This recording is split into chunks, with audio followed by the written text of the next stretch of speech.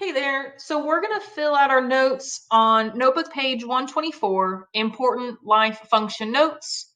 So this is packet page 132, and we should have already cut this out and glued it in, and we cut along the solid lines to make our little flaps here, right? And then we put a piece of a run of glue down here on the spine to create our flaps.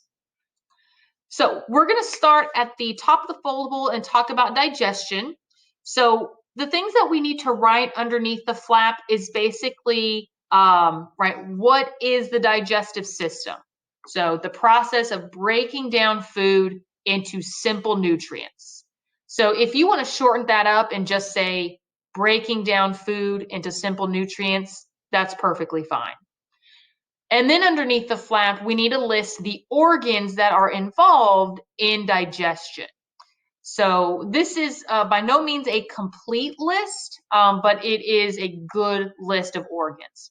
So digestion actually starts up in your mouth in the salivary glands, which release enzymes that help begin the process of digestion.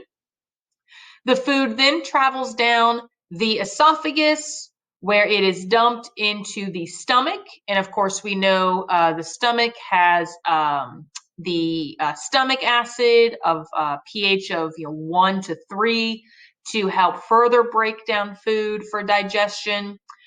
And then the food goes into the large intestines, the small intestines, and then eventually it is removed through the rectum as solid waste.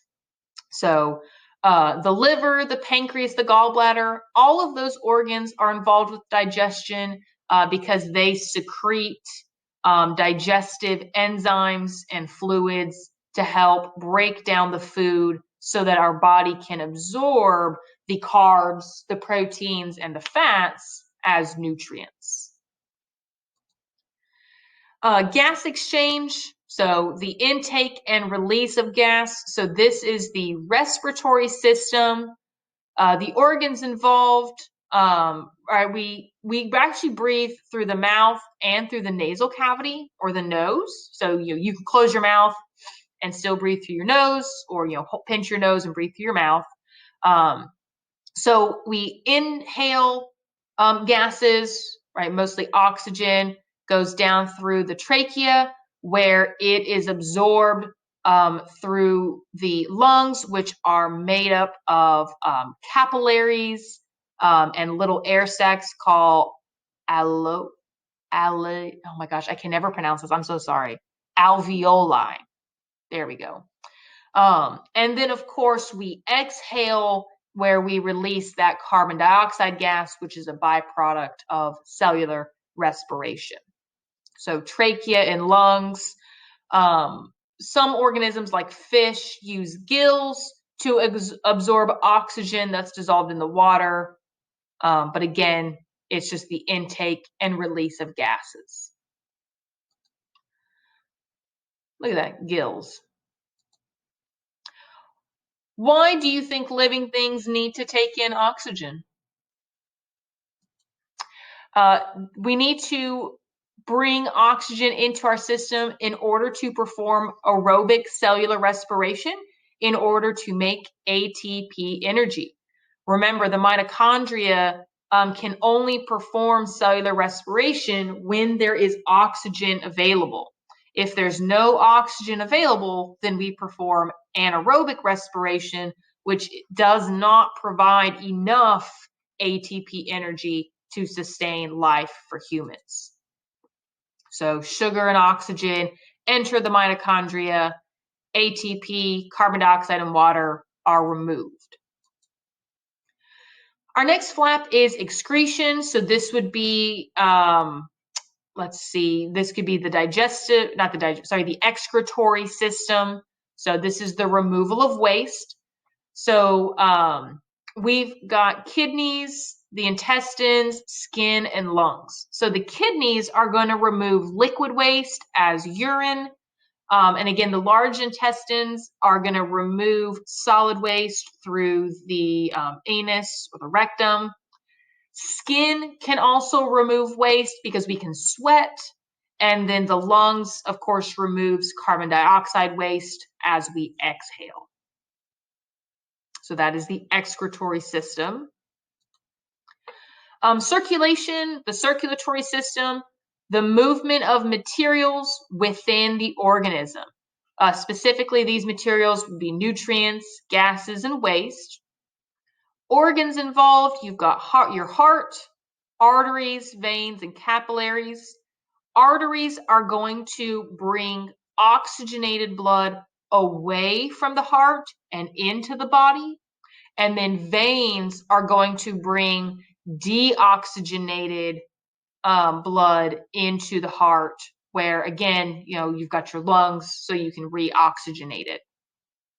So circulation, moving materials around the organism. So we're going to be using arteries and veins mostly. Locomotion. So for humans, right, this would probably be our muscular system, but for any organism, locomotion is just movement in its environment.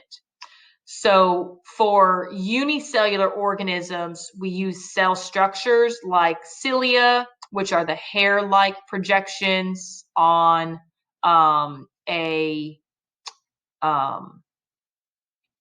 it's not an amoeba, paramecium. That's what I was looking for.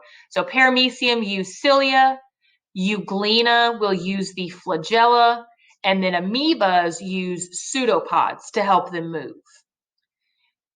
Actual body structures like what animals or humans would use, we've got feet, we've got wings, right? Those are going to be body structures that help with movement in the environment. So we need to make sure we copy down both the cell structures used for locomotion and the body structures. Control and coordination. So all organisms must be able to organize and control all the processes that take place inside of it. Organs of the nervous system and endocrine system are involved in these processes. So your nervous system is going to be made up of neurons and nerve cells so that you can interpret the environment around you. So was something hot or cold? Was it sharp, right? Or did you touch something sharp and you're bleeding? So we've got to be able to send those signals back to the brain so that we don't hurt or injure ourselves from our environment. And then the endocrine system is responsible for releasing hormones and neurotransmitters in order to help with reproduction and with going through puberty.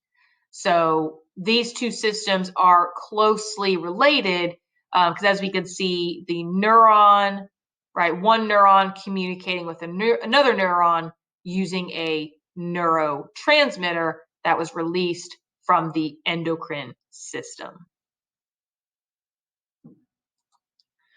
Protection from disease. So this would be, again, your lymphatic system, but also your, I'll think of the other system. It's a weird word.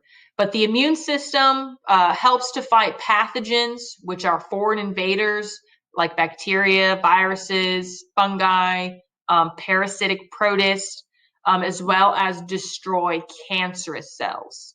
So your immune system helps fight pathogens. So again, this is going to be your lymphatic system and also the system that includes your skin. Your skin is the first barrier to the environment to help keep pathogens out of your body. So we can see the thymus and the spleen are both involved in the immune system. Reproduction, so reproduction system, all organisms reproduce or make more copies of themselves. So remember, we've got asexual reproduction, which is when bacteria use binary fission.